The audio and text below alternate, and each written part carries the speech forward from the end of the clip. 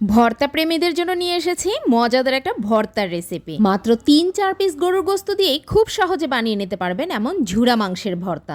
গরম গরম ভাতের সঙ্গে এই ভর্তা হলে আই এম শিওর আপনি ডায়েট ভুলে যাবেন। হ্যালো ভিউয়ার্স, আসসালামু আলাইকুম। Welcome to my channel Flavours by Najmun. আজকে আমি তৈরি করেছি একদম দেশি স্টাইলে মজাদার গরুর গোস্তের ঝুরা মাংসের ভর্তা। খুব সহজেই তৈরি করে নেওয়া যায়, আর এর স্বাদটা কেমন হয়েছে সেটা না হয় আপনারাই খেয়ে দেখে কমেন্ট বক্সে জানিয়ে যাবেন। এখানে আমি আগে থেকে রান্না করা মাংস থেকে কয়েক পিস মাংস নিয়ে আমি মাংসের আঁশগুলো হাত দিয়ে ছড়িয়ে নিচ্ছি।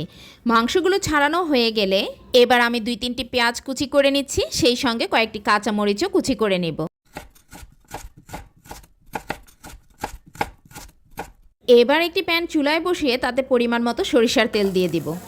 এখন প্যানে দিয়ে দিচ্ছি কিছু রসুন কুচি, সেই সঙ্গে দিয়ে দিব পেঁয়াজ কুচি। সব কিছু ভালোভাবে ভেজে নেব যতক্ষণ না পেঁয়াজগুলো সুন্দরভাবে ফ্রাই হয়ে আসে। এরপর দিয়ে দিব 3-4টি শুকনো মরিচ। শুকনো মরিচগুলো ভালোভাবে ভেজে নিতে হবে, তাহলেই ভর্তায় দারুণ একটা ঘ্রাণ আর স্বাদ আসবে। তবে ঝালের পরিমাণটা আপনারা আপনাদের পছন্দ মতো বাড়িয়ে বা কমিয়ে নেবেন। এরপর দিয়ে দিব ঝুরা করে রাখা গরুর মাংস। মাংসটাকে সুন্দরভাবে ফ্রাই করে নিতে হবে। মাংসের কালার চেঞ্জ হয়ে ক্রিস্পি হয়ে এলেই মাংসটাকে তুলে নিব। সব কিছু ভালোভাবে ভেজে নেওয়া হয়ে গেলে এবার স্বাদ মতো লবণ দিয়ে দিব।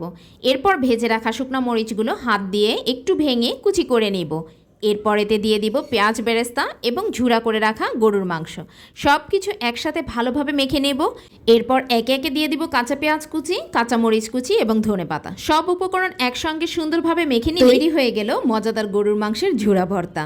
গরম গরম ভাতের সঙ্গে এই মজাদার ভর্তা পরিবেশন করুন, আর স্বাদটা আরও বাড়িয়ে নিতে উপরে এক টুকরো লেবু চিপে নিন, আর সেই সাথে উপভোগ করুন একেবারে দেশি স্বাদের অসাধারণ একটা খাবার। ভিডিওটি ভালো লাগলে অবশ্যই একটি লাইক এবং সুন্দর একটি কমেন্ট করে যাবেন। আপনাদের প্রতিটি সুন্দর কমেন্ট আমার জন্য অনেক বড় অনুপ্রেরণা। ধন্যবাদ সবাইকে। দেখা হবে নতুন কোনো রেসিপি নিয়ে পরের ভিডিওতে। সে পর্যন্ত সবাই ভালো থাকবেন, সুস্থ থাকবেন। আল্লাহ হাফেজ।